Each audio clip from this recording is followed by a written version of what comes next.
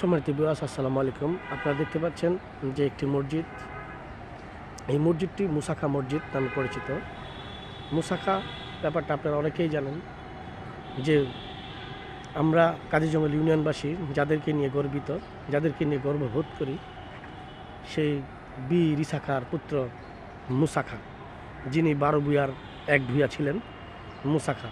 তা আজকে আমরা সেই বীর মুসাখারকে নিয়ে আজকে আলোচনা করব যে এই মুসাখা আমরা কাদিরজঙ্গল ইউনিয়নবাসী যাদেরকে নিয়ে গর্ববোধ করি এবং আমরা যেখানে ছোটোবেলা থেকে বড় হয়েছি, সেই ইসাখার স্মৃতি বিজড়িত ইউনিয়ন 1 নং কাদিরজঙ্গল ইউনিয়নে যাদের অবদানে আজকে আমরা নিজেরা গর্বিত, যে আমরা গর্ববোধ করি,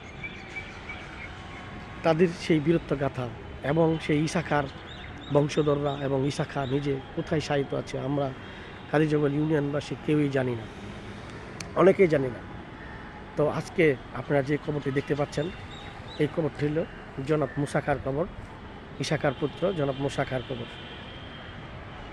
এই 12 ভূঁইয়ার এক ভূঁইয়া জনাব মুসা খান। আপনারা দেখতে পাচ্ছেন যে এই কবরটি খুবই জরাজীর্ণভাবে পড়ে আছে। আমি সরকারের কাছে আকুল আবেদন জানাতে চাই যে জনাব মুসাখার কবরটিকে একটি সুন্দরভাবে রাখার জন্য এবং এখানে একটা পর্যটন হিসাবে যাতে এই জায়গাটাকে গড়ে তুলে।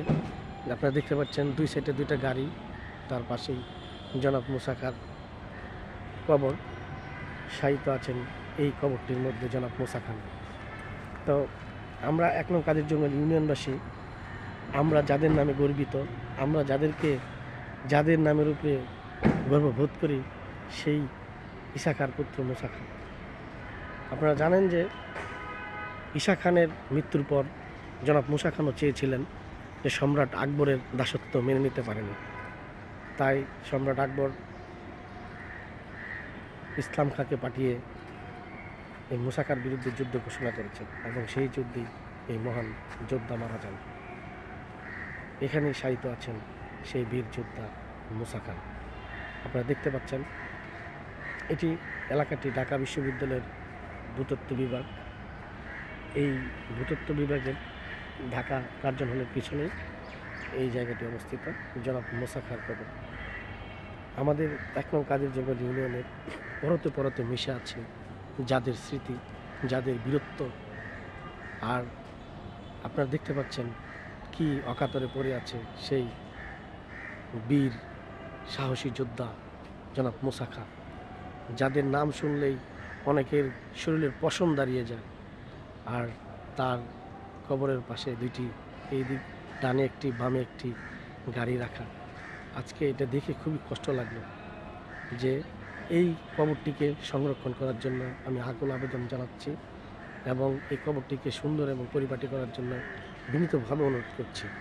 আর আমার ভিডিওটি যদি দেখে আপনাদের ভালো লেগে থাকে, লাইক, কমেন্ট, শেয়ার। আসসালামু আলাইকুম ওয়া রাহমাতুল্লাহি ওয়া বারাকাতুহু।